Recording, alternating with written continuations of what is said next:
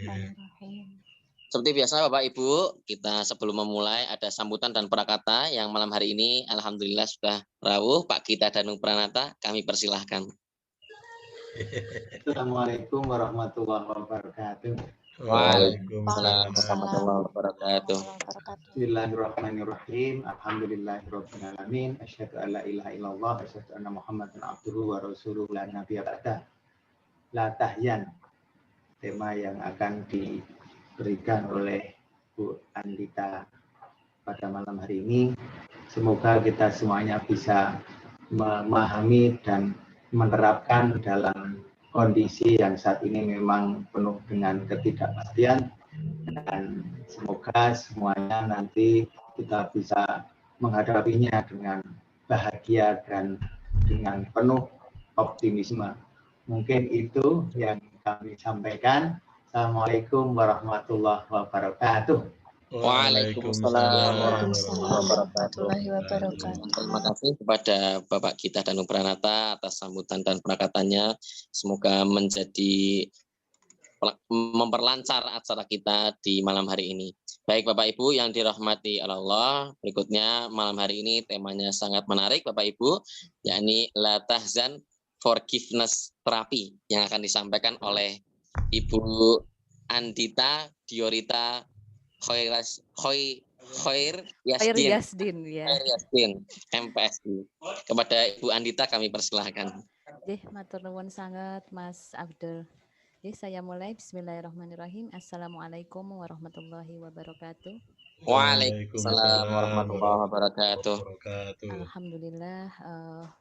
Pertama-tama marilah kita panjatkan puji syukur kehadirat Allah Subhanahu wa taala sehingga malam hari ini kita bisa berkumpul dalam forum walaupun tatap mukanya dengan menggunakan Zoom ya. Alhamdulillah.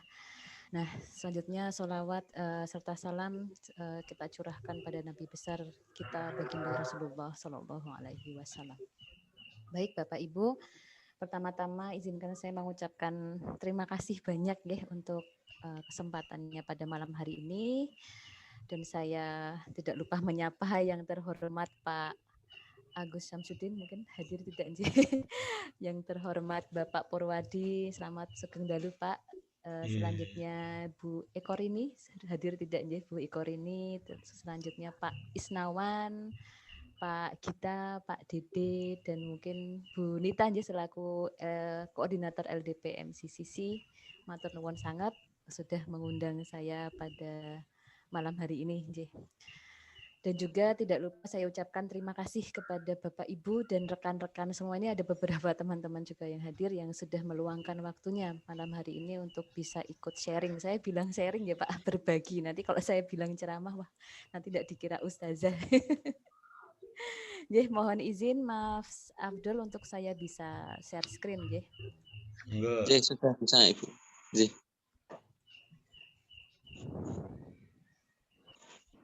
Baik, nah judulnya terapi pemaafan La Tahzan. Nah, ini sebenarnya mungkin saya sedikit bercerita dulu sebelumnya. Jadi ini sebenarnya sebuah penelitian saya sebenarnya sudah agak lama ya, sekitar tahun 2015-an gitu. Jadi sudah 5 tahun berjalan ini. Tapi saya merasa bahwa topik tentang forgiveness, tentang pemaafan ini topik yang everlasting gitu, topik yang kapan saja bisa dibutuhkan. Karena kita sebagai manusia biasa tentu tidak pernah lepas dari kesalahan ya, baik memaafkan ataupun ingin dimaafkan seperti itu. Jadi saya mengangkat kembali tema ini, apalagi ini berkaitan dengan kondisi COVID yang saat ini masih kita hadapi gitu ya. Kita juga tentu tahu ya bahwa banyak sekali perubahan dalam kehidupan kita setelah COVID ini. Ada perubahan dalam aspek pendidikan, dalam aspek kesehatan, lalu aspek ekonomi gitu kan, yang mengubah seluruh kebiasaan kita.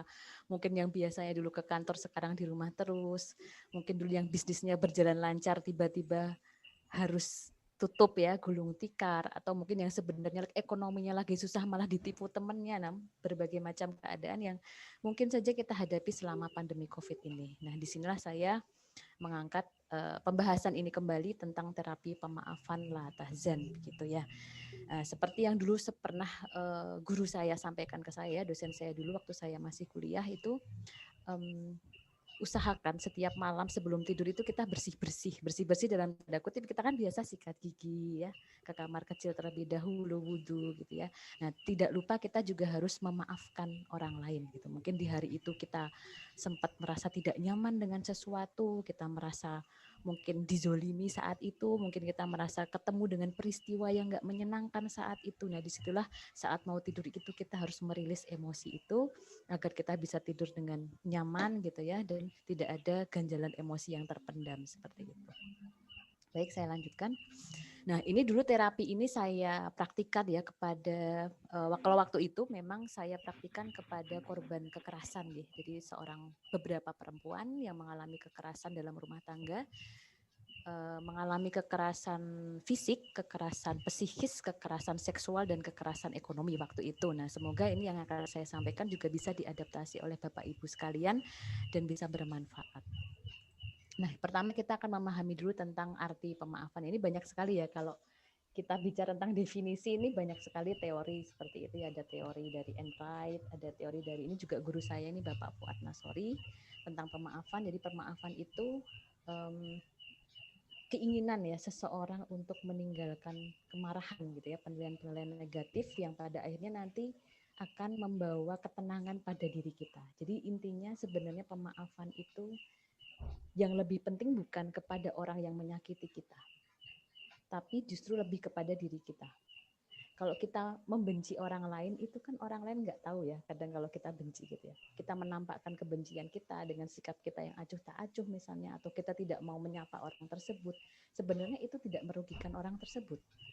Kita menyimpan amarah di hati gitu ya. Kita menyimpan kemarahan. Kita nggak suka kalau orang yang menyakiti kita itu sukses, apalagi kalau misalnya kita melihat wah anak orang yang menyakiti kita misalnya jadi masuk UGM, keterima PNS, wah kita semakin panas gitu ya. Nah, orang yang kita benci itu nggak ngerasa apa-apa. Kitanya yang di sini seperti berdedek sendiri gitu, bahasa Jawanya seperti itu. Nah, ada istilah yang mengatakan bahwa menyimpan kebencian, menyimpan kemarahan, menyimpan tidak mau memaafkan orang lain itu seperti menggenggam bara panas. Areng dipanaskan itu kayak kita mau bakar sate, kita genggam lalu mau kita lemparkan ke orang yang menyakiti kita. Sebelum bara panas itu terkena orang yang menyakiti kita, itu sudah duluan membakar tangan kita. Nah, seperti itulah kurang lebih gambaran saat kita tidak mau memaafkan orang lain. Jadi justru sakitnya itu kepada diri kita duluan, tapi tidak dirasakan orang lain. Kita membenci ya orang yang kita benci itu tetap makan, tetap jalan-jalan, tetap menjalani aktivitasnya sehari-hari. Sementara kita di sini tidak bisa move on, menghabiskan energi hanya untuk membenci dan tidak suka kalau orang yang menyakiti kita itu menjadi sukses atau lebih baik dari kita. Seperti itu. Nah, menurut Pak Fuad Nasori nih ya, ini dosen saya ini, dulu guru saya, terapi pemaafan ini dalam prosesnya itu erat sekali ya kaitannya dengan sebuah kondisi menerima sebuah kenyataan seperti itu yang tidak menyenangkan ya, misalnya wah ternyata sekeluarga terkena COVID misalnya, seperti itu ya, sebuah kenyataan yang tidak menyenangkan, tapi ya bagaimana caranya kita harus lapang dada dan menerima serta bersyukur atas kondisi tersebut, seperti itu. Lalu selanjutnya, nah ini teoritis sekali ya ini karena penelitian ya, jadi saya tuliskan sumber-sumbernya ya. Nah, ini salah satu hal yang dapat membantu melapangkan dada itu adalah berdoa dan berzikir. Oleh karena itu saya menggabungkan antara teori pemaafan dari Barat ya, teorinya Robert Enright gitu ya. Nah, di situ saya menggabungkan dengan Latahzan. Nah, nanti akan kita bahas lebih lanjut tentang itu. Baik, selanjutnya tentang pengertian memaafkan. Nah, banyak sekali orang yang tidak mau memaafkan karena merasa bahwa memaafkan itu memaklumi. Wah, kalau memaafkan itu berarti saya memaklumi apa yang dia lakukan. Rapopo lah, nggak apa-apa lah, maklum aja, dia memang orang seperti itu. Itu berbeda ya, bukan seperti itu. Jadi memaafkan itu bukan memaklumi, itu sangat berbeda. Lalu selanjutnya memaafkan itu bukan melupakan. Jadi memaafkan itu lebih kepada saat kita mengingat peristiwa yang tidak menyenangkan tersebut, saat kita tahu bahwa dulu kita pernah disakiti, itu saat kita mengingat itu kita tidak lagi merasa dendam, tidak lagi merasa sakit gitu. Jadi bukan melupakan gitu. Karena kita sebagai manusia itu kalau dalam teori psikologi ya, itu kita punya hipotalamus dan hipokampus gitu ya. Mungkin di sini ada dokter, maaf kalau salah gitu nggih. Tapi di situ kita sebagai manusia itu kita punya long term memory. Kita punya memori jangka panjang yang bisa mengingat hal-hal tersebut, baik peristiwa yang menyenangkan ataupun peristiwa yang tidak menyenangkan. Jadi nggak mungkin kalau kita melupakan ya, mungkin bisa setelah bertahun-tahun gitu ya. Tapi ya itu, memaafkan itu bukan berarti melupakan. Jadi memaafkan itu lebih kepada kita masih mengingat peristiwa tersebut. Saat kita mengingat peristiwa tersebut, perasaan kita itu sudah tidak seperti dulu. Kita sudah biasa saja, sudah enjoy dan sudah menerima. Selanjutnya memaafkan itu bukan sebuah pembenaran, jadi bukan berarti mengiyakan ya. Misalnya ada teman kita lagi dalam kondisi COVID seperti ini, terus bisnis kita sedang tidak bagus seperti itu ya. Lalu ada teman kita yang malah minjem uang misalnya nih, meminjam uang pada kita puluhan juta dan tidak dikembalikan. Wah, padahal saya juga lagi butuh karena dalam kondisi ekonomi yang sedang memburuk seperti ini gitu ya. Nah, kita bisa memaafkan itu, tapi bukan berarti kita membenarkan perilakunya yang meminjam uang tidak mengembalikan. Oke, selanjutnya ada pemaafkan itu bukan sekedar kata aku memaafkan kamu gitu ya. Jadi tidak hanya sekedar diucapkan di kata, di mulut saja, tapi benar-benar juga dirasakan di hati begitu. Nah, selanjutnya memaafkan itu tidak sama dengan mengadili ya. Jadi kalau misalnya kita memaafkan, misalnya nih kemarin saya ketemu kasus pencabulan terhadap anak gitu ya dalam masa seperti ini gitu. Nah, orang tuanya bisa memaafkan, tapi bukan berarti tidak mengadili. Jadi tetap memaafkan, tapi pelaku itu tetap diadili. Jadi memaafkan itu tidak sama dengan mengadili gitu ya. Selanjutnya memaafkan tidak harus disertai dengan perdamaian. Ya, ini dalam artian begini. Misalnya tadi ya kita ditipu teman kita misalnya seperti itu. Oke, kita memaafkan itu, tapi bukan berarti kita terus mengiyakan untuk berdamai kembali. Atau mungkin dalam kasus kekerasan yang dulu saya teliti ini ya, perempuan ini mengalami kekerasan fisik, seksual, ekonomi, psikis seperti itu ya. Dimaafkan, tapi bukan berarti berdamai, bukan berarti terus harus rujuk kembali, harus tidak boleh cerai gitu, tidak juga gitu ya. Jadi memaafkan ini tidak harus disertai dengan berdamai.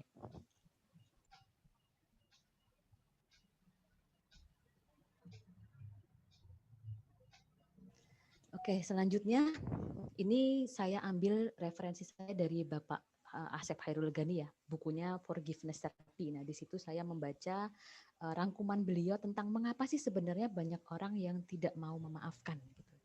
Yang pertama karena ingin memperoleh simpati dan perhatian dari sekeliling gitu ya. Jadi kalau misalnya kita ketahuan nih, orang tahu kalau kita lagi dizolimi gitu ya, terus banyak orang yang seperti memberikan perhatian gitu ya, oh nggak apa-apa, kamu kan orang yang disakiti gitu. Itu terasa menyenangkan. Nah, ini berdasarkan risetnya Pak Asep Hairul Ghani seperti itu ya. Jadi dia memilih untuk tidak mau memaafkan. Loh, saya kan orang tersakiti, kamu harus empati sama saya tuh dizolimi loh, jadi kalian itu harusnya berempati dengan saya, kalian tuh harusnya memperhatikan saya tuh disakiti gitu deh.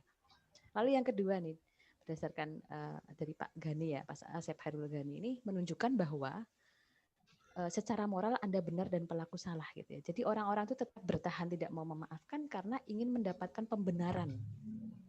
Ya memang betul pelaku itu salah gitu ya. Tapi bukan berarti terus-terusan kita menjudgment saya benar, kamu salah, saya benar, kamu salah. Cukup sekali saja kita mengetahui itu dan orang-orang juga sebenarnya sudah tahu. Jadi kita tidak perlu terus-menerus untuk menggunakan label itu ya, menggunakan alasan itu tidak mau memaafkan seperti itu. Yang selanjutnya orang-orang tidak mau memaafkan itu karena dia ingin melakukan pembenaran atas kemarahan yang terjadi.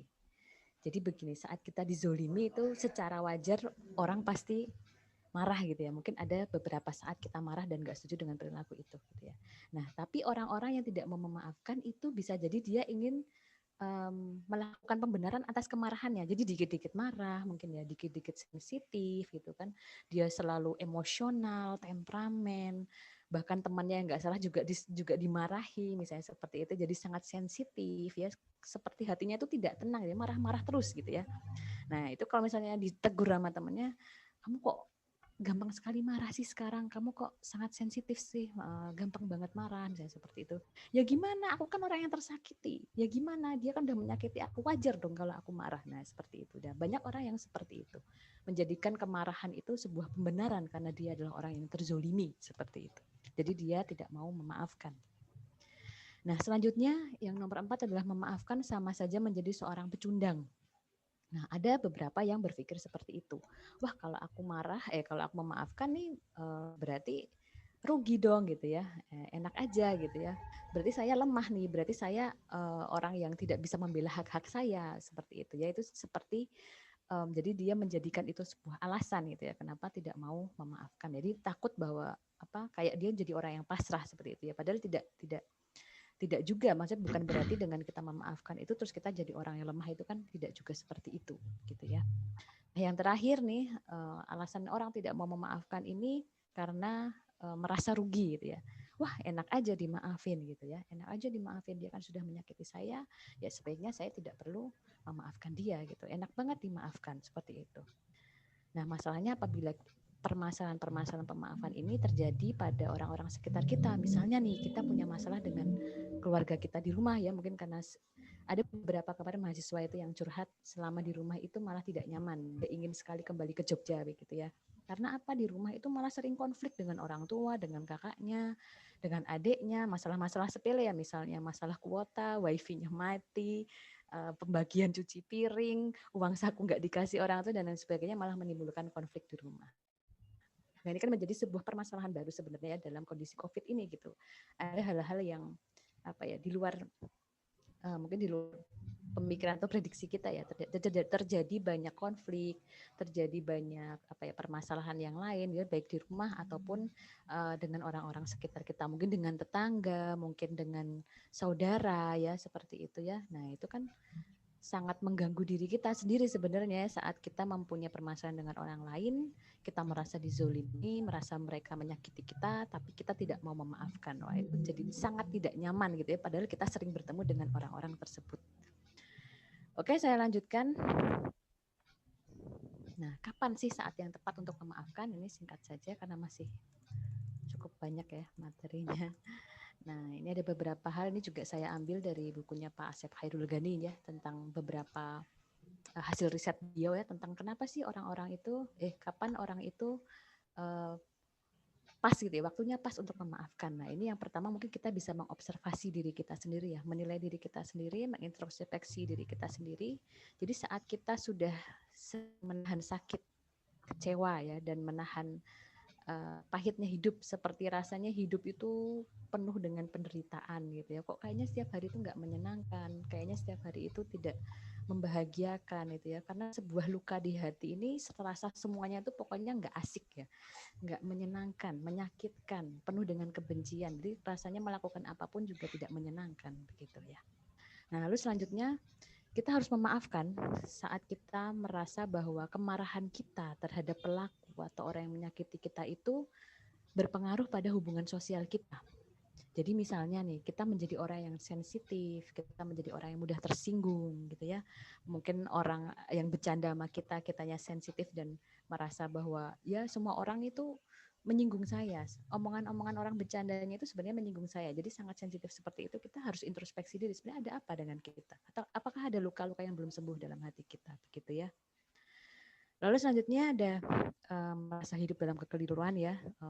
Pokoknya salah terus tidak mampu menikmati hidup. Nah, ini nomor 4 ini ya, saat mudah terpicu oleh peristiwa yang mirip. Ya, begitu ya. Kalau dalam ilmu psikologi itu kan ada alam bawah sadar begitu ya. Jadi kadang-kadang saat orang marah atau merasa dibuat tidak nyaman dengan orang lain gitu ya. Kadang-kadang ada yang bilang, ya saya maafin nggak apa-apa kok, nggak apa-apa, tapi ternyata belum memaafkan yang sebenarnya. Jadi perasaan emosi negatifnya itu dipendam ke dalam alam bawah sadar ya. Alam bawah sadar. Nah, ini berbahaya sekali gitu ya. Suatu hari saat kita melihat peristiwa yang mirip, bisa jadi kita akan meluap emosinya. Contoh simpelnya begini, mungkin dulu saat kita disakiti ya, mungkin kita pernah disakiti oleh seseorang yang punya bau parfum melati ya. Orang tersebut misalnya parfumnya parfum melati begitu ya. Nah, suatu hari kita mencium bau melati nih pas lewat kuburan ya. Nah, bisa jadi kita malah mengeluarkan emosi. Malah jadi teringat peristiwa dulu, mengingat peristiwa seseorang yang menyakiti kita itu hanya dengan mencium bau parfumnya. Nah, itu karena masuk ke alam sadar ya. Jadi memori itu terangkat kembali ke alam sadar gitu. Jadi sangat mudah terpicu oleh hal-hal sepele seperti itu, kita kembali emosi. Oke, lalu selanjutnya Nah ini, kita mudah marah saat dipicu sama hal-hal kecil. Nah, terus mudah cemas, mudah tertekan ya. Dan yang paling buruk ini ya, kita memiliki pikiran-pikiran negatif terhadap orang lain maupun situasi. Jadi kita menjadi orang yang pesimis, merasa orang lain itu pasti menyakiti kita. Wah, pasti nanti jangan-jangan ada yang menzolimi saya lagi, seperti itu. Lalu kita juga dikuasai oleh hasrat untuk balas dendam, kayak sinetron ini ya. Keinginan kita untuk tidak ingin kalau orang yang menyakiti kita itu bahagia, jangan sampai dia bahagia, pokoknya dia harus lebih menderita dari saya, bagaimanapun caranya saya harus membalas apa yang dia lakukan pada saya. Nah, perasaan-perasaan seperti itu apabila dipendam, disimpan, itu lama-lama juga akan menjadi sampah gitu ya dalam hati kita. Nah, lalu kita juga bisa melakukan introspeksi dan bertanya pada orang lain ya. Apabila orang lain itu merasa kita menjadi orang yang berbeda, mudah putus asa gitu ya, atau orang yang mudah menyerah seperti itu, kita juga harus menanyakan itu kenapa gitu ya. Jadi kita seperti hidup tidak mempunyai makna, gitulah istilahnya seperti itu. Baik Bapak Ibu, saya lanjutkan.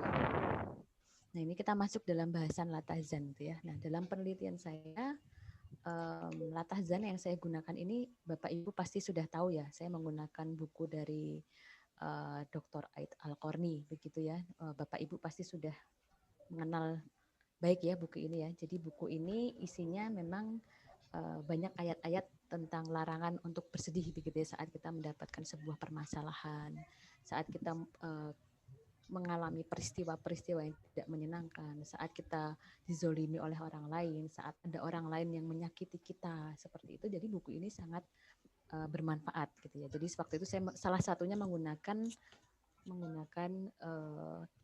referensi buku ini. Jadi buku ini memang merupakan buku self-help. Jadi buku yang bisa membantu diri sendiri, self-help ya, menunjukkan bagaimana harus meniti jalan kehidupan agar bahagia dengan berpedoman pada latazan, jangan bersedih gitu ya. Nah, di sini juga dirangkum ayat-ayat yang bisa menunjukkan bagaimana mengatasi serta mengambil hikmah dari peristiwa-peristiwa yang dalam persepsi kita itu tidak menyenangkan atau menyakitkan begitu. Oke, baik selanjutnya. Nah, di dalam buku ini sebenarnya sudah ada doa-doanya ya, ada ayat-ayat yang dilengkapi dengan ayat-ayat cukup banyak dan lengkap begitu ya. Nah, terus di sini saya juga mengutip dari Pak Dadang Hawari ya, Profesor Dadang Hawari. Nah, beliau ini juga mengatakan ya bahwa doa dan zikir itu merupakan salah satu sarana ibadah dan mengingat Allah. Bahkan doa merupakan otak dari ibadah yang ada. Nah, Pak Dadang Hawari ini saya mengutip dari bukunya Dimensi Religi dalam Praktik Psikiatri dan Psikologi. Jadi dalam buku itu membahas banyak tentang bagaimana sih hubungan antara religiusitas dengan kondisi kejiwaan ya, khususnya dalam dunia psikiatri dan psikologi. Nah, di situ ternyata memang doa dan zikir itu sangat berpengaruh pada kesehatan mental seseorang begitu. Nah, di sini selanjutnya disebutkan dalam doa-doa itu. Jadi saat kita berdoa, saat kita berzikir itu terdapat kelapangan hati. Nah, tadi sudah saya jabarkan di atas sebelumnya ya bahwa kelapangan hati itu menjadi salah satu aspek yang menguatkan kita untuk melakukan sebuah pemaafan seperti itu. Jadi ada hubungannya begitu ya. Jadi dari pemaafan, kelapangan hati, dan kelapangan hati itu bisa diciptakan dengan doa dan berzikir seperti itu.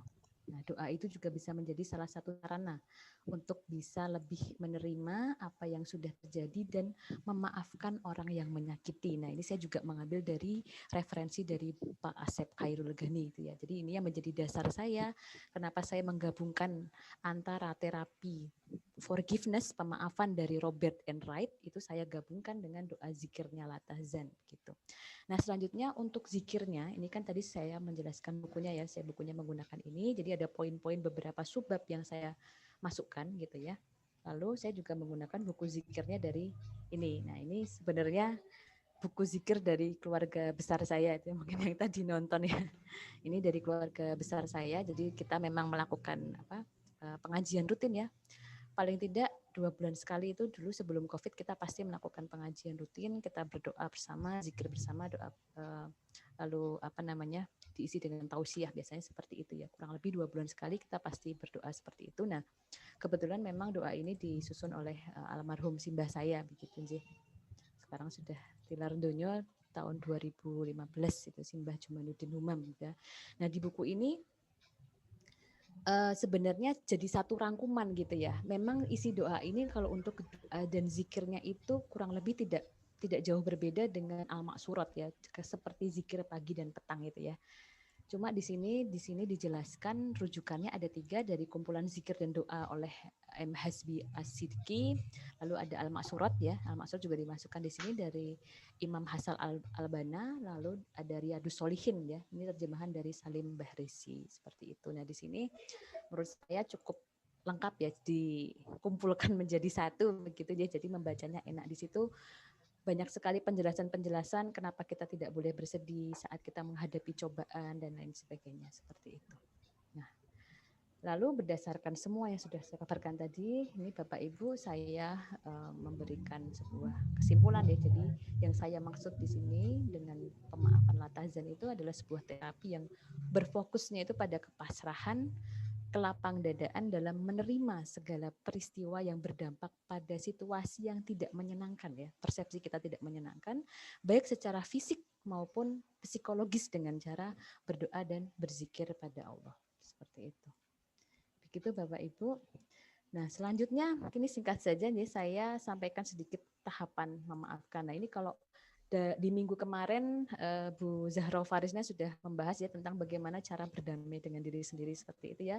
Itu kalau tidak salah juga disebutkan tentang forgiveness atau memaafkan. Nah ini partnya di sini nih. Ini saya juga membahas lebih mendalam tentang memaafkan ini ya. Bagaimana kita bisa berdamai dengan diri sendiri sehingga kita bisa lebih ayem ya, lebih nyaman, tidak pernah gelisah ya. Pokoknya bisa lebih, kalau dalam bahasa Jawa orang itu bisa lebih semeleh ya.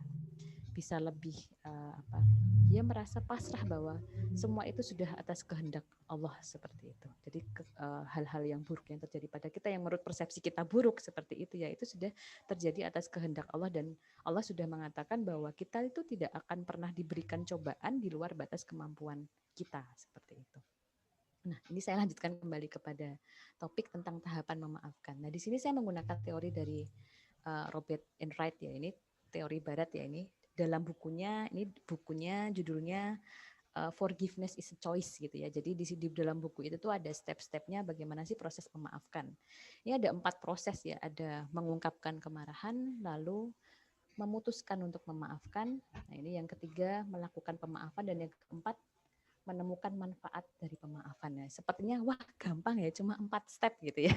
Tapi ternyata setelah di breakdown ya lumayan banyak gitu ya. Ini saya jabarkan sedikit saja. Maksudnya jika di sini ada step 1 seperti ini ya. Jadi step 1 itu intinya menyadari. Jadi menyadari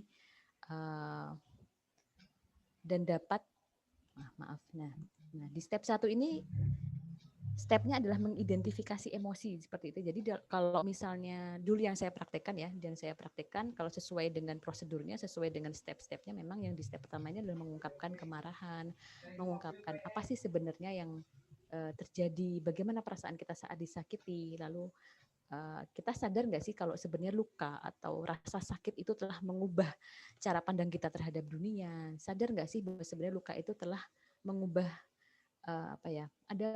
menyebabkan perubahan permanen dalam hidup kita seperti itu ya.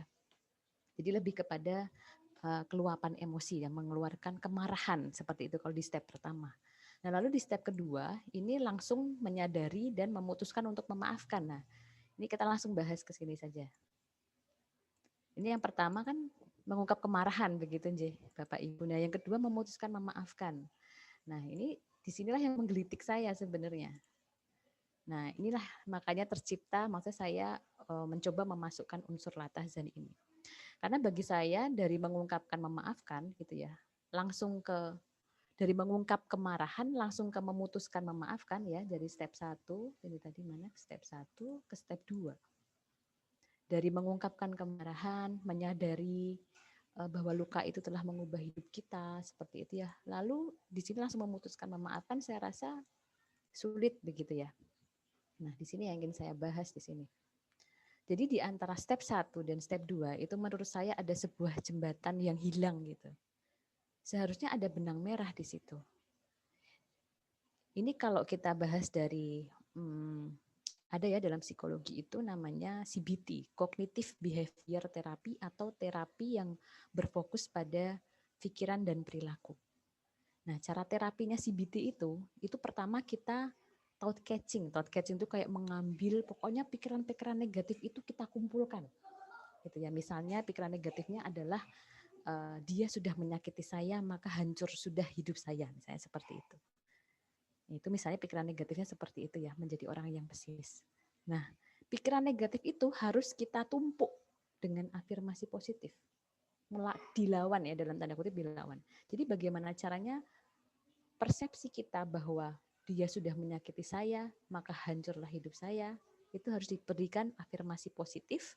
Misalnya, dia memang sudah menyakiti saya, tapi bukan berarti hidup saya berakhir sampai di sini. Misalnya seperti itu. Jadi diberikan afirmasi positif, kayak dilawan gitu ya. Ada kata-kata negatif, aku nggak bisa, diberikan afirmasi positif, aku pasti bisa. Nah, contohnya seperti itu Bapak Ibu ya.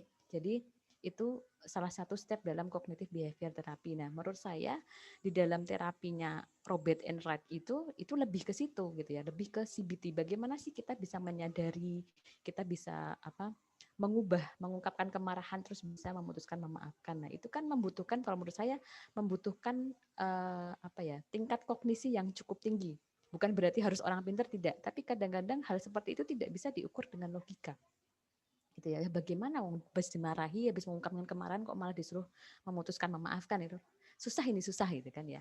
Nah, disinilah peran dari doa dan zikir latahzan itu. Jadi saya menganggap latahzan ini, referensi tentang latahzan ini, referensi tentang doa dan zikir ini menjadi sebuah amunisi atau jembatan dari mengungkapkan kemarahan sampai orang itu mengubah perspektifnya menjadi memutuskan untuk memaafkan ya gitu. Jadi seperti orang yang terkena COVID gitu ya. Kalau sekarang kita takut terkena COVID, sudah ada vaksin gitu ya. Memang sudah ada vaksin. Mungkin beberapa orang yang sudah divaksin gitu ya. Tapi bukan berarti kalau sudah divaksin kan terus bebas merdeka, jalan-jalan tanpa masker, kan tidak gitu ya. Kita butuh amunisi yang lain agar terhindar dari COVID selain divaksin. Kita masih butuh amunisi vitamin, pakai masker, mengurangi mobilitas seperti itu ya, dan sebagainya. Nah, di sini saya menganggap bahwa latahzan ini bisa menjadi sebuah amunisi atau jembatan gitu ya. Dengan latahzan ini yang dari bukunya Al-Qarni itu tadi. Nah, di sini saya jabarkan sedikit ya. Ini adalah beberapa poin yang saya sampaikan di situ. Mungkin nanti Bapak Ibu jika mempunyai buku tersebut bisa membaca. Nah, ini menjadi sebuah tambahan referensi.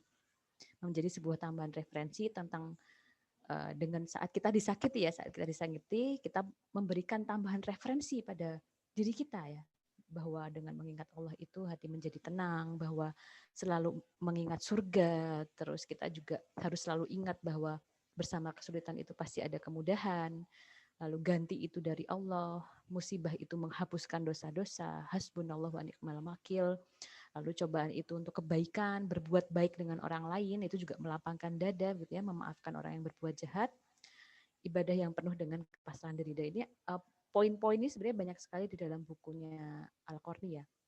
Tapi ini hanya saya hanya mengambil 11 poin. Nah, intinya dari referensi-referensi itu saya harapkan bisa menambah mengubah perspektif ya, dengan meyakini bahwa Allah itu mencintai kita, Allah itu Maha Pengasih dan Penyayang, bahwa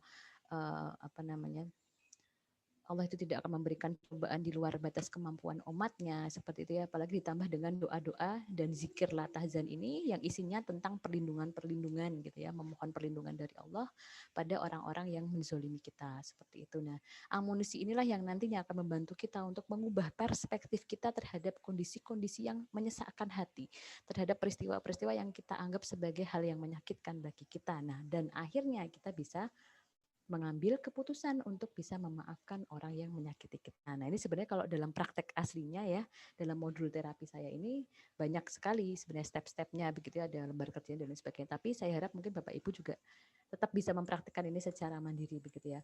Baik di step 3 dan step 4 juga sama ya. Jadi di sini lebih kepada menuliskan, setelah kita memutuskan untuk memaafkan, kita bisa menuliskan, mencoba memahami kenapa orang lain itu menyakiti kita. Itu bisa dituliskan ya, seperti itu bisa menjadi salah satu terapi juga. Lalu ini adalah step tertinggi ya sebenarnya dalam level memaafkan, yaitu memberikan hadiah pada orang yang menyakiti kita, yaitu dengan memberikan doa. Jadi doanya itu memberikan doa kebaikan kepada orang yang sudah menyakiti kita begitu. Di step 4 juga sama ya. Ini juga bisa kita tuliskan seperti itu ya. Nah, ini mungkin kalau bertanya detailnya bagaimana Bu gitu ya. Nah, ini kemarin juga sempat dibahas sama Bu Zahra ya, ini kurang lebih mirip-mirip gitu ya. Nah, dalam kemarin Bu Zahra juga sudah menyampaikan sedang membuka kelas mentoring emosional detox. Nah, ini mungkin bagian ini menjadi salah satu bagian ya dari proses itu. Mungkin nanti monggo silahkan hubungi Bu Nita atau Bu Zahra gitu. Nah, ini terakhir ini saya sedikit menyampaikan tentang doa dan zikir ya dalam buku Latahzan yang sudah saya tampilkan tadi. Ini bukunya seperti ini. Nah, ini doa-doanya saya rasa tidak jauh berbeda ya. Sebenarnya mirip-mirip dengan al-maksurat gitu. Jadi membaca A'udzubillahi minasyaitonirrajim, Bismillahirrahmanirrahim. Jadi diawali dengan Al-Fatihah gitu ya. Lalu dilanjutkan dengan ayat kursi.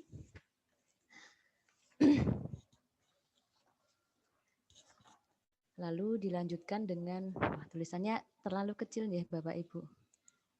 Ketinggal mboten ya, kelihatan tidak nggih? Nah.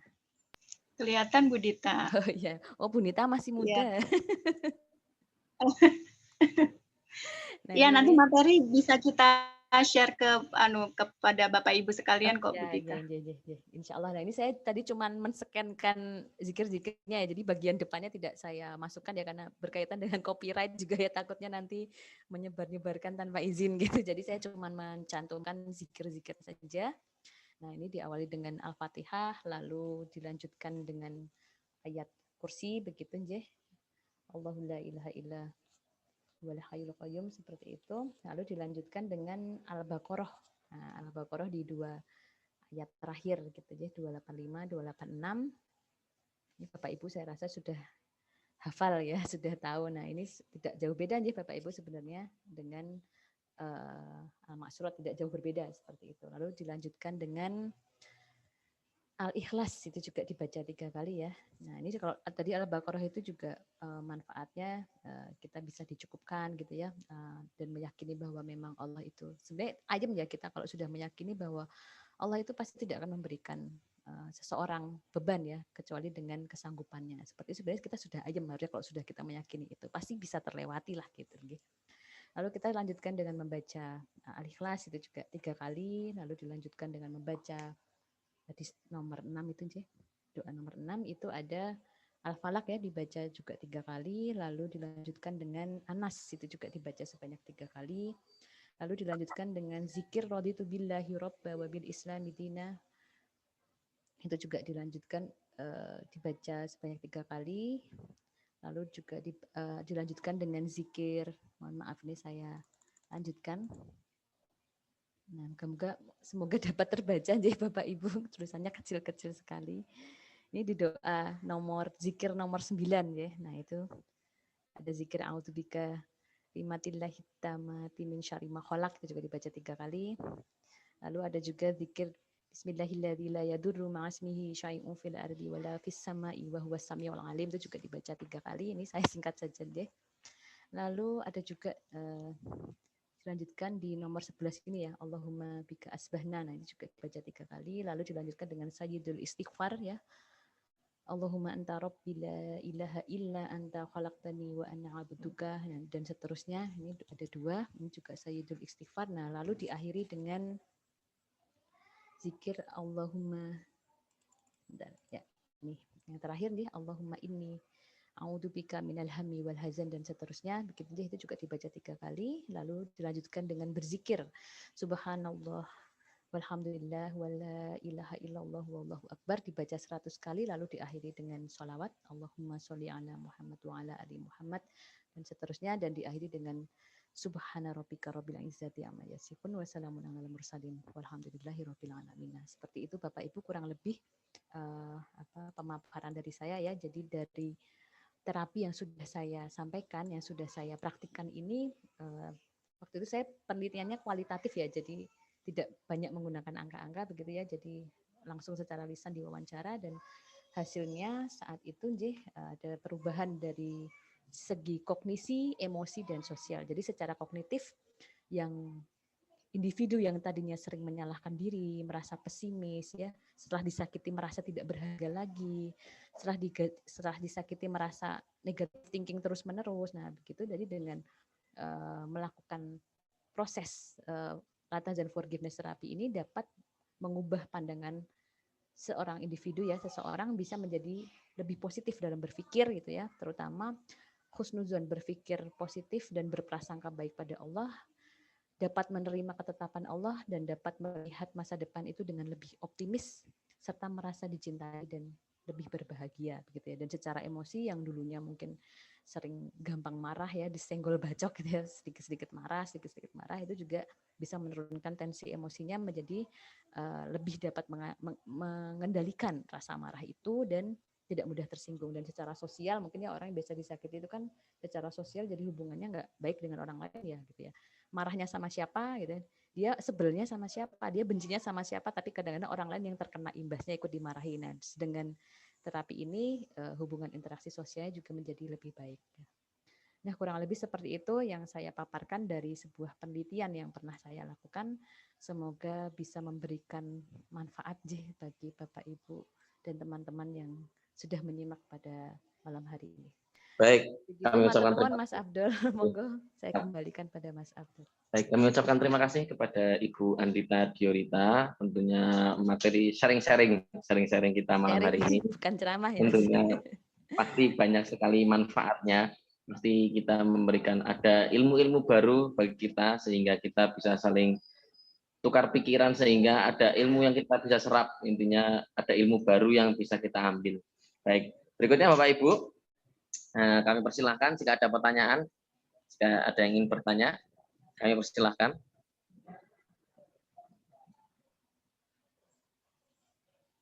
Mengenai latah. Ini sudah ada yang tanya di kolom chat.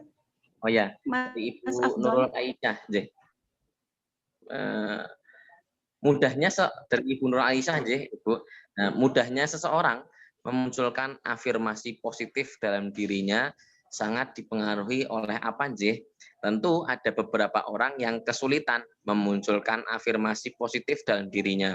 Namun juga ada beberapa orang yang dalam memunculkan afirmasi positif meski dilanda musibah, bahkan hingga tersakiti sekalipun misalnya. Monggo Ibu. Ini langsung dijawab saja, Mas. Iya, langsung dijawab.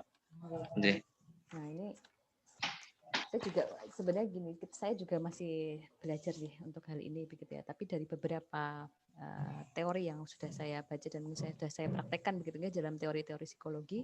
Jadi afirmasi positif itu kan dalam tanda kutip sebenarnya dipaksa untuk memikirkan kebalikannya. Misalnya kita mengatakan aku tidak bisa, afirmasinya harus dibalik ya, kebalikannya aku pasti bisa, misalnya seperti itu. Nah, itu pengaruhnya dari apa? Pengaruhnya itu dari referensi. Referensi dalam tanda kutip, kita bergaul dengan siapa saja, apa buku-buku yang kita baca, informasi apa yang kita ketahui, gitu-gitu. Nah, hal itu tuh juga mempengaruhi afirmasi positif dalam hidup kita, seperti itu ya. Jadi referensi itu dalam artian ya itu tadi, saat tadi saya dalam terapi ini ya, dalam terapi pemaafan ini, nah di sini, nah makanya kenapa saya memasukkan sebuah latahzan di antara step 1 dan step 2 di sini, ya memang latahzan ini untuk memperkaya referensi. Jadi yang tadinya kita budek gitu ya, bahasa Indonesianya apa ya, budek ya, ruwet gitu ya Mas Abdul ya.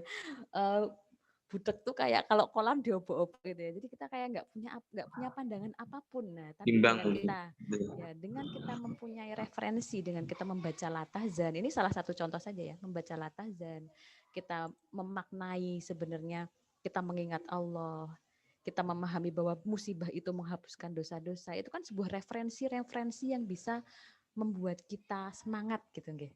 Membuat kita meyakini bahwa badai itu pasti berlalu. Nah, kayak gitu loh Mas Abdul. Jadi dengan adanya referensi-referensi itu tadilah yang akhirnya bisa membuat kita menciptakan sebuah afirmasi positif. Nah, kalau misalnya ditanyain ada orang yang gampang, ada orang susah, nah itu kalau menurut saya itu tergantung dari mungkin dari kepribadiannya, dengan siapa dia bergaul, apa informasi yang dia ketahui, buku apa yang dia baca, itu semua mempengaruhi seperti itu. Ya kurang lebih seperti itu. Jadi mungkin saran saya lebih banyak referensi itu tidak hanya membaca ya, tapi juga mungkin bertukar pikiran dengan orang-orang yang positif ya, bertukar pikiran dengan orang-orang yang solih. Nah, seperti itu. Kurang lebih seperti itu, Mas Abdul. Ya, baik. Berikutnya Ibu, dari Bapak Ngatijo. Mohon pencerahan terkait memaafkan. Kalau kesalahan yang diulang-ulang dan disengaja kepada kita, sikap memaafkan yang seperti apa atau bagaimana yang bisa kita lakukan? Nah, ini menarik itu. Diulang-ulang ya. Wah, wis dimaaf kayak bikin salah lagi gitu ya. Berarti bisa dikatakan sudah terbiasa ya itu disakiti gitu ya. Yeah. Terbiasa disakiti ya itu. Ya biasanya gini. Saya pernah menemukan kasus seperti itu biasanya dilakukan oleh orang terdekat. Orang yang melakukan kesalahan berkali-kali pada kita itu malah biasanya orang terdekat. Contohnya suami, gitu ya, istri, anak, ya itu karena setiap hari kita berinteraksi dan kita merasa tidak ada batasan. Jadi wis ora popo gitu. Mamaku nggak akan marah, ya, suamiku nggak akan marah, istriku tidak akan marah. Nah, kalau misalnya sampai seperti itu ya, yang pertama kita lakukan gitu ya. Sebentar, tadi saya bukakan kembali. Nah ini memaafkan kan bukanlah memaklumi gitu, Jeh. Memaafkan itu bukanlah memaklumi. Jadi gimana kalau dia berkali-kali menyakiti kita? Ya kita lakukan dialog, kita lakukan mengobrol lah. Kalau dalam bahasa psikologi itu kita melakukan komunikasi yang asertif dan efektif gitu ya. Kita menyampaikan ketidaknyamanan kita tapi dengan bahasa yang baik, tidak malah yang balik menyakiti dia gitu. Kita melakukan dialog, kita melakukan komunikasi yang asertif, menyampaikan bahwa dengan iMessage itu kita bisa menyampaikan ketidaknyamanan kita itu dimulai dengan kata saya gitu ya. Jadi contohnya seperti ini. Kalau misalnya saya marah sama Mas Abdul misalnya seperti itu ya. Saya tidak mengawali dengan kamu tuh. Nah itu kan udah nggak enak duluan awalnya itu. Tapi dengan iMessage itu diawali dengan saya merasa nggak nyaman kalau kamu terus-menerus membohongi saya. Nah itu lebih baik. Nah itu namanya iMessage ya, itu asertif. Jadi memaafkan itu bukan memaklumi, sampaikan saja ketidaknyamanannya. Tapi kalau dengan dialog itu tetap seperti itu, jalan terakhir adalah dimaafkan saja. Karena memaafkan itu orang lain yang dimaafkan itu tidak harus tahu. Jadi nggak perlu orang lain, Mas Abdul jenengan saya maafkan ya, itu nggak perlu. Orang yang kita maafkan itu nggak perlu tahu. Kita cukup hanya kita dan Allah saja itu tidak apa-apa begitu. Ya sudah, kalau misalnya sudah ya kita maafkan saja dengan ikhlas seperti itu, dan selanjutnya adalah mendoakan. Itu tadi level memaafkan tertinggi adalah dengan mendoakan orang yang menyakiti kita ya, lembutkanlah hatinya, rubahlah sikapnya, jadikanlah dia orang yang lebih baik. Nah, seperti itu. Kurang lebih seperti itu, Pak. Matur nuwun pertanyaanipun. Baik. Berikutnya Ibu, ini ada pertanyaan lagi. Lumayan banyak. Kalau kesalahannya berulang-ulang, biarkan saja, Nji. Biarkan saja, ntar direndam sendiri, bisa tidak begitu daripada diri sendiri. Jadi kesalahan yang berulang-ulang ini kita pendam saja, kita misalkan maafkan dalam hati. Apakah itu tidak mengapa atau bagaimana? Kira-kira bagaimana, Bu? Nah, ini hubungannya dengan ini ada tadi saya sampaikan ya, kapan yang saat yang tepat untuk memaafkan. Nah, ini di poin keempat ya. Nah, ini adalah akibat kalau kita salah ya, mendam perasaan terluka gitu ya, dan tidak kita ungkapkan. Bahasanya tuh apa ya? Kita jadi seperti menyimpan sampah karena kita menyimpan emosi negatif gitu, Mas Abdul ya. Jadi saat nanti suatu hari ada peristiwa yang mirip, bisa jadi kita kayak boom ya, meledak gitu ya. Kita kayak diingatkan kembali dengan peristiwa-peristiwa yang tidak menyenangkan itu. Apalagi kalau terjadi berkali-kali kita pendem ya gitu ya. Mungkin kalau istilahnya kayak kita menyimpan sampah itu kan lama-lama bau juga ya, akan ketahuan baunya. Nah itu kan disimpan dalam hati kita, dalam diri kita, itu pasti lama-lama akan membusuk juga, itu akan menyakiti kita, dan yang lebih buruk yaitu akan menghambat hidup kita karena kita akan sangat terfokus dengan kondisi kita yang nggak bisa move on gitu ya, seperti ada yang mengganjal di hati, nggak lost gitu. Jadi tetap harus lewatilah proses pemaafan itu, walaupun orang itu tidak tahu kalau kita sudah memaafkannya. Seperti itu kurang lebih gitu, Mas Abdul. Ya. Baik, mungkin ini ada masukan dari Ibu Zahra ini. Nah, itu monggo. Kok dulu tidak dengan eksperimen agar menjangkau subjek yang lebih banyak. Sangat menarik ini. Nah, ini dulu subjek saya itu cuma 3 ya. Karena metode saya dengan kualitatif, jadi apa ya, harus satu-satu saya datangi gitu nggih, terus satu-satu saya follow up, jadi memastikan bahwa mereka memang melakukan zikir itu minimal pagi sore ya, tapi yang saya sarankan memang setiap habis sholat seperti itu. Nah, itu kan dipantau ya, karena saya ingin melihat perbedaannya setelah melalui proses terapi ini dan sebelum dan sesudah melewati proses terapi ini begitu ya. Jadi memang ya jujur saja kalau subjeknya lebih dari 3 nggak sanggup ya. Mungkin kapan-kapan Bu Zahra mungkin bisa kita terapkan bersama ini, kita cobakan ya, kita buka kelas online untuk Latah Zen Forgiveness terapi ini. Tentu sangat menarik itu. Mungkin ada yang lain Ibu, Bapak, kami persilahkan jika ada pertanyaan kembali yang ingin disampaikan secara langsung dari Zoom. Ya, Mas. Pak Faisal. Siap. Kalau mendengarkan apa yang disampaikan Bu Andita ini, metodenya metode langit ya. Metodenya Latazan pokoknya. Saya masih belajar juga Pak ini. Metode kita. Nah, ini faktor utama adalah keyakinan itu. Betul, memang keyakinan. Padahal penggoda keyakinan juga tidak sedikit nih. Padahal di dalam tubuh kita itu ada selalu penggoda yang namanya korin ini ya. Ini bagaimana kira-kira Mbak Anita untuk menyiasati sebuah korin itu jangan mengikuti kita dengan kuat gitu. Karena ini akan sangat mempengaruhi keyakinan kita bahwa kita latahzannya akan latahzan gitu ya. Tapi si korin ini kadang itu muncul gitu ya. Gimana Mbak Anita kira-kira? Baik Pak, nah ini sebenarnya saya juga, ini saya deg-degan kalau dapat pertanyaan seperti ini sebenarnya langsung. Diuji oleh Pak Faisal Mbak. Diuji oleh Pak Faisal. Ini saya jadi berasa ujian tesis ini Pak, deg-deg saya Pak. Ya memang, nah ini mungkin bisa saya sebutkan sebagai salah satu kelemahan penelitian ini, karena saya tidak memperhitungkan itu begitu, karena memang baru saya praktikkan sekali, ini memang sekedar sharing saja begitu, nah itu. Nah ini saya jujur saja nih, saya kurang mungkin bukan kompetensi saya untuk menjawab itu, kalau masalah jin korin itu tadi gitu. Nah itu, nah ini memang kebetulan yang memang subjek yang saya pilih. Nah ini adalah orang-orang yang memang cukup baik ya ibadahnya. Jadi mereka memang sudah menjalankan ibadah minimal sholat ya, puasa itu dijalankan semua. Jadi mungkin lebih masuk di terapi ini gitu ya. Tapi mungkin akan berbeda lagi apabila nanti kita coba praktekkan kepada orang-orang yang mungkin tingkat keimanannya berbeda seperti itu. Nah ini nanti mungkin bisa menjadi sebuah masukan dari penelitian ini, karena memang ini baru 1 kali diuji ya. Jadi masih banyak masukan-masukan dan masih banyak hal yang perlu dikembangkan di sini seperti itu. Nah ini saya nilainya berapa ini ya setelah diuji. Nah begitu Pak. Moga mungkin kalau dari Bapak atau Ibu yang bisa ikut berpendapat juga ya atas pertanyaan Pak Faisal tadi. Oke, baik. Apakah ada pertanyaan? Bapak Ibu, monggo. Kami persilahkan.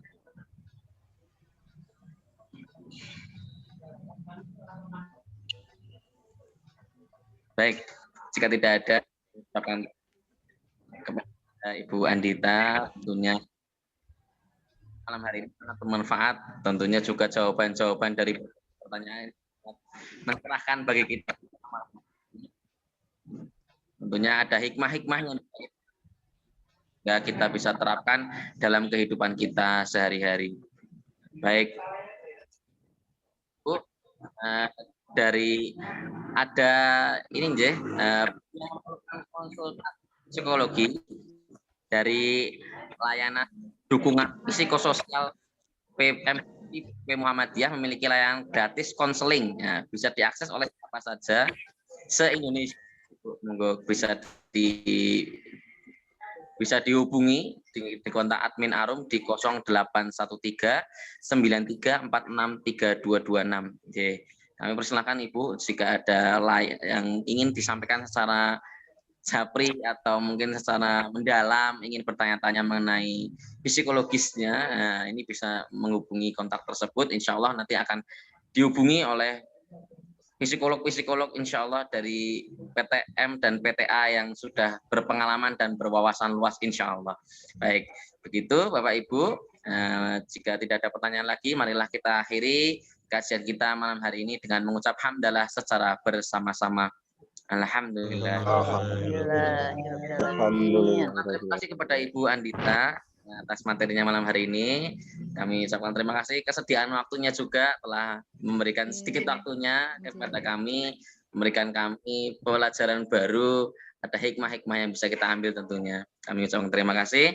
Terima kasih juga kepada seluruh Bapak Ibu yang telah berkenan hadir dari awal hingga akhir. Kami ucapkan terima kasih yang sebanyak-banyaknya kepada seluruh Bapak Ibu yang berkenan hadir, termasuk dari berbagai macam kalangan dan golongan. Kami ucapkan terima kasih. Terakhir Bapak Ibu, kami selalu mendoakan kepada Bapak Ibu yang sekarang sedang isolasi, yang sekarang sedang sakit, agar segera diberikan kesembuhan oleh Allah, agar segera diangkat penyakitnya oleh Allah. Amin amin ya rabbal alamin. Dan kepada Bapak Ibu yang sekarang sudah sehat, sudah kuat, semoga selalu dalam perlindungan Allah. Amin amin ya rabbal alamin. Kurang lebihnya kami mohon maaf. Nun wal qalam pamanya turun fastabiqul khairat. Wassalamualaikum warahmatullahi wabarakatuh. Waalaikumsalam. Waalaikumsalam warahmatullahi wabarakatuh. Mas Abdul, Terima kasih.